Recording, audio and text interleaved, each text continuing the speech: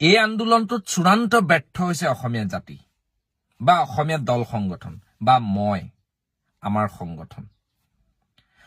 2 number কথা, অসমত থাকি কি কাৰণে তোমালোকক মাৰৱাৰী যুৱ মঞ্চ লাগে? তোমালোকে নিজকে কোৱা যে আমি অসমীয়াৰ লগত থাকিব বিচাৰো, কিন্তু তোমালোকক এক্সট্ৰাকে সব লাগে। অসমৰ বাহিৰত কিমানটা অসমীয়া সংগঠন আছে, তাত ধুলাই দি খেদিব। মোৰ এনেকে তললে কৰি কাম কৰিব লাগে অসমৰ বাহিৰত, খবৰ ল'ব। আৰু এটা কথা কওঁ, কানাড়া আপোনালোকে গম পায়, তাত যেতিয়া কানাড়া ভাষাক এই ৰিসেন্ট অপমান কৰা হৈছিল, CM মানে তেওঁলোকৰ যিটো শাসক পক্ষ আৰু মানে বিৰোধী পক্ষ একেলগ হৈ বেংক মেনেজাৰ গৰাকীক বাধ্য কৰালে পানিশমেন্ট কৰি পেলাই তেওঁক ট্ৰান্সফাৰ কৰাবৰ কাৰণে। এতিয়া ভাষাৰ স্বাভিমান ক'ত জয় হৈ আছে? কালি আমাৰ মানুহখিনি আৰু কিছুমানে কৈছে আপুনি ভিডিঅ' বনাই ঘৰত বহি আছে, এইটো কথা নহয়। আমাৰ দুলিয়াজান কমিটি, আঞ্চলিক কমিটি আৰু ডিব্ৰুগড় আঞ্চলিক কমিটি কালি উতঃপুতভাৱে পৰহিৰ পৰা যিদিনাৰ পৰা ঘটনাটো হৈছে জড়িত হৈ আছে। এতিয়া এছামক লাগে অৰ্থনৈতিক স্বাৱলম্বিতাৰ সংগ্ৰামখন। যেতিয়াই জাতিৰ কিবা এটা ক্ষেত্ৰত প্ৰব্লেম হৈ যায়, তেতিয়া আমাৰ ল'ৰাবোৰ যেতিয়া ওলাই যায়, তেতিয়া মানে কিছুমানে লিখে আমাৰ ৰাজপথত আন্দোলন হল, আমাৰ কাম নাই। তোমালোকনো বিলাকে কি কৰি আছা? ৰাজপথত যদি আন্দোলন নকৰে গণতান্ত্ৰিকভাৱে, কৰোতে এই অৱস্থা কৰাৰ ফলতো 24 ঘণ্টা বন্ধ দিয়াৰ পিছতো এগৰাকী বহিৰাগতক মানে আটক কৰিব পৰা নাই এতিয়ালৈকে। আটক কৰিছে যদিও এৰি দিছে সসন্মানেৰে, কিন্তু এজন অসমীয়া ল'ৰাক এতিয়ালৈকে কাৰাগাৰত ৰাখিছে। ভালকে শুনিব দেই, ইয়াত কোন শংকৰ জ্যোতি কোন কিবা সেইটো প্ৰসংগ নাই। ভিডিঅ'টো চালে আপোনালোকে ভালকে দেখিব যে তেওঁ শংকৰ জ্যোতিৰ লগত অহা ল'ৰাবিলাককে কৈছে, ধুনীয়াকে স্পষ্টকে ওলাই আছে, আৰু সি নৰ্মেলি আহিছে। ভিডিঅ'টোত আপোনালোকে চাই ল'ব। এতিয়া আমাৰ কিছুমানে উচতাই দিয়ে, অসমীয়া কিছুমানে, কিহৰ আন্দোলন কৰিব লাগে, সৰু কেছ এটা নি ডাঙৰ কৰিলে। একেটা ৰাজনৈতিক দলৰে এজনে খবৰ ল'বলৈ গৈছে, এজনে বেলেগ ধৰণে মন্তব্য প্ৰকাশ কৰি আছে ফেচবুকত। আমাৰ একতা নোহোৱা জাতিটো ইয়াৰ কাৰণে বহুত বহুত ধন্যবাদ জনাইছো এই মুহূৰ্তত। নেক্সট, মানুহে কৈ আছে চান্দা তোলে, সংগঠন বিলাকে চান্দা তুলিবৰ সুবিধাৰ কাৰণে আন্দোলন কৰে। আজি অসমীয়াৰ স্বাভিমানৰ কাৰণে ওলাই গৈছে ল'ৰা ছোৱালী বিলাক, গোটেই মানুহ বিলাক ওলাই গৈছে।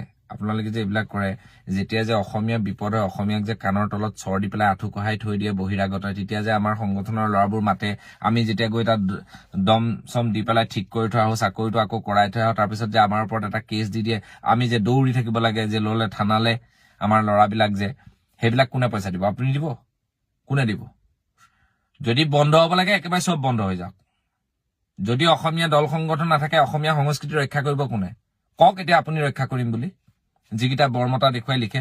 আৰু হিন্দী ভাষা, মই কালি এটা পোষ্টত লিখিলো যে কিহৰ হিন্দী ভাষা কৈছে, অসমীয়াতে ক। তেতিয়া কেইটামানে আহি যুক্তি দেখাইছে যে হিন্দী আমাৰ ৰাষ্ট্ৰভাষা। আৰে মূৰ্খহঁত, অলগদ্ধহঁত, ময়ো জানো হিন্দী আমাৰ ৰাষ্ট্ৰভাষা। আমি হিন্দু কেতিয়া হ'ব লাগে এইটো দেখুৱাই দিছো। অলপ দিনৰ আগত যেতিয়া ভাৰত পাকিস্তানৰ যুদ্ধ হৈছে, তেতিয়া আমি হিন্দু কেনেকে হ'ব লাগে সেইটো গোটেই অসমবাসী ৰাইজে দেখুৱাই দিছে, দল সংগঠনে দেখুৱাই দিছে। কোনেও তাৰ বিৰুদ্ধাচৰণ কৰা নাই, 2-এটা বাহিৰে আমি চবে দেখুৱাই দিছো। মই বিশেষকে আজি 10 চনৰ পৰা আজি 13 বছৰ 14 বছৰ হ'ল মই সংগঠন কৰি আছো গুৱাহাটীত। কোনো পেট্ৰল ডিপুৰ মানুহৰ পৰা মই তেল কিন্তু জোৰ জবস্তি লোৱা নাই, নিজৰ পইচা খৰচ কৰি গৈ আছো। তাৰ পিছতো কথা শুনি থাকো, কোনো মোৰ সংগঠনৰ কিন্তু চান্দা ৰিচিভ নাই, তথাপি শুনি থাকো। এতিয়া উপায়হীন হৈ গৈছো।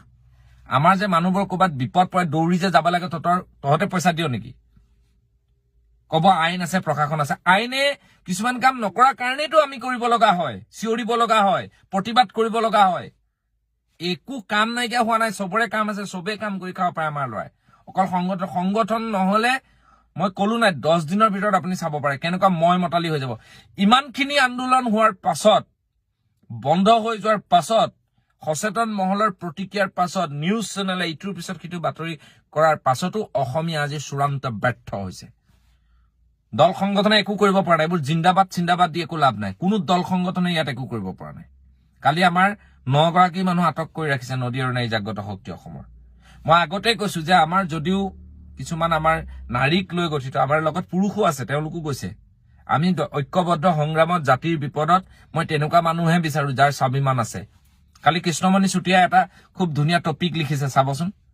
তেওঁ যদিও ৰাজনীতিত আছে অসমীয়াৰ স্বাৰ্থত কথা লিখিছে তেওঁ বিজেপিৰ এজন নেতা কিন্তু তেওঁ অসমীয়াৰ স্বাভিমানটো মই সেইটোৱে কৈ থাকো মই আপুনি যোন ৰাজনীতিত নাথাকক যি দলত নাথাকক আপুনি অসমীয়াৰ বিপদত যেতিয়া একলগ হ'ব পাৰে তেতিয়া মই ভাবো এটো এটা খুব ভাল কথা আৰু সবে নিউজ কৰি আছে আছুৱে মাত মতা নাই কিবা আৰে আপোনালোকে মাতক না মই মাতু না গোটে অসমৰ মানে অকল আছুৱে মাত মাতিব লাগিব বুলি কি কথা আছে বেলেগ বেলেগ বহুত মানুহ আছে নহয় আছুক কি ঠিকা দি থৈছে নেকি আপোনালোকে অলপ দিনৰ আগত শংকৰজ্যোতি আৰু আছুৰ মাজত কিবা এটা ক্লেশ হৈছে সেইকাৰণে মাতা নাই শংকৰজ্যোতিয়ে কিবা এটা মন্তব্য প্ৰকাশ কৰিছে কাৰোবাৰ এগেইনষ্টত সেইকাৰণে মাতা নাই তেওঁলোকক ইমান গালি পাৰি থকা কোনো যুক্তি নাই তেওঁলোকৰ আৰু ভিতৰুৱা কিবা আমিবোৰে মাতি আছো নহয় চববিলাকে মাতি আছে আমাৰ সংগঠনৰ সদস্য গৈ পেলাই শংকৰজ্যোতিৰ ঘৰত মাকক মই নিজে টেলিফোনিকভাৱে কথা পাতিছো তেখেতৰ লগত সাহস দিছো কিন্তু অতি দুৰ্ভাগ্যজনক কথা যিগৰাকীয়ে অসমীয়াক গালি পাৰিলে যিগৰাকীয়ে বেয়াকে ক'লে তেওঁ এতিয়াও মুকলি আকাশৰ তলত কিন্তু অসমীয়াজন এতিয়াও কাৰাগাৰত এটো কিন্তু বহুত আচৰিত কথা যদি কিবা ৰাজনীতি হৈছে মই ইমান ওপৰ লেভেলৰ মানুহ নহয় মই নাজানো কি ৰাজনীতি কি কথা নাজানো আমি সিধা সাধা সাফ মানুহ আমাৰ ল'ৰা কোনবাই কিবা কৰিলে ছোৱালী কিবা কৰিলে বেয়া পাওঁ আমি বহুত এনেকুৱা আমাৰ হাতলৈ আহি থাকে কেছ আমি গম পাওঁ কিছুমান ন্যায় নাপায় কাৰণে আমাৰ ওচৰলৈ আহে আমি যেতিয়া এটা কণ্ঠ আগবঢ়াওঁ আমি যেতিয়া গৈ তাত উপস্থিত হওঁ তেতিয়া বহু ক্ষেত্ৰত সমস্যা সমাধান হয় কথাখিনি এইখিনি এতিয়ালৈকে আমাৰ একো জয় হোৱা নাই এনে জিন্দাবাদ দি পেলাই ফটো চটো দি নাথাকিব একো জয় হোৱা নাই আমি চূড়ান্ত ব্যৰ্থ হৈছো আৰু অসমীয়া জাতিৰ একতা নথকাৰ বাবে কেইটা মানে লিখি থাকে আছে সেইকেইটাই লিখিয়ে থাকে জীৱনটো একো কৰিব নোৱাৰে এতিয়া মানে সিহঁতক এইটো দেখাই আছে মানে সিহঁত আমাৰে হিন্দু ভাই মানে আমাৰ অসমতে থাকি কানাডাত কি কাৰণে চলিব পৰা নাই মাৰাঠী মাদ্ৰাজত কি কাৰণে চলিব পৰা নাই তাত অসমীয়া আমাৰ নিজৰ ভাষা নিজৰ সক্ৰিয়তা কি কাৰণে হেতে জীয়াই ৰাখিছে হেতৰ একতা আছে আমাৰ ইয়াতে কোনবাই কিবা এটা কোৱালে 10টা মান ওলাই যায় এক্সট্ৰা মানুহ এইকিটা আমুক কৰিব আহিছে তামুক কৰিব আহিছে যেতিয়া ল'ৰা এজনে আন্দোলন কৰি পেলাই কিবা এটা ধাৰা লগাই দি জেললৈ পঠিয়াই দিয়ে ওলাই অহাৰ পিছত যে কোৰ্টলৈ গৈ থাকিবলৈ তহঁতে পইচা দিও নেকি আকৌ নামাতিলে কবি তহঁতবোৰ এনেই আছ দেশৰ কাৰণে নামাত জাতিৰ কাৰণে নামাত আৰে ভাই গোটেই ল'ৰাবিলাক মাজত আনি শেষ কৰি পেলাব বিচাৰ যে তহঁতে 10টা মানুহ আজি মই আন্দোলন কৰি ৰাজনীতিলৈ গলো মই ঘূৰি আহিলো আকৌ ৰাইজৰ ডিমাণ্ড যে নালাগে থাকিবলৈ প্ৰত্যেক দিনাই কমেন্ট মই গলো বুলি মোৰ লগৰ হাজাৰজন বেয়া হ'ব নি মোৰ লগৰ এতিয়াও জাতীয় স্বাভিমান থকা বহুত মানুহ নোযোৱাকে এতিয়াও দৌৰি আছে কোৰ্ট আদালতলৈ কা আন্দোলন কৰাৰ পিছত কিমান পইচা খৰচা হৈছে তহঁতে দিছ নেকি কোনেও নিদিও ইয়াত থকা বহিৰা বণিকসকলে ইয়াত কাম কৰিছে তাৰ বিনিময়ত জাতিটোৰ আমাৰ সংস্কৃতিৰ স্বাৰ্থত তেওঁলোকে সহানুভূতি দেখুৱাব লাগিব সহযোগিতা কৰিব লাগিব পেট্ৰল পাম্প বিলাকে লৰাবিলাক যে ইফালে সিফালে যায় তেওঁলোকক সহযোগিতা কৰক যিসকলে কাৰণ আমাৰে তেল ন আমাৰ এটা ক'বাত বিহু এখন পাতিছে আমাৰ কাৰণে পাতিছে ক'বাত সাহিত্যৰথী লক্ষ্মীনাথ বেজবৰুৱাৰ কিবা এটা অনুষ্ঠান পাতিছে শিল্পী দিৱস পাতিছে আমাৰে অনুষ্ঠান আমাৰ কাৰণে পাতিছে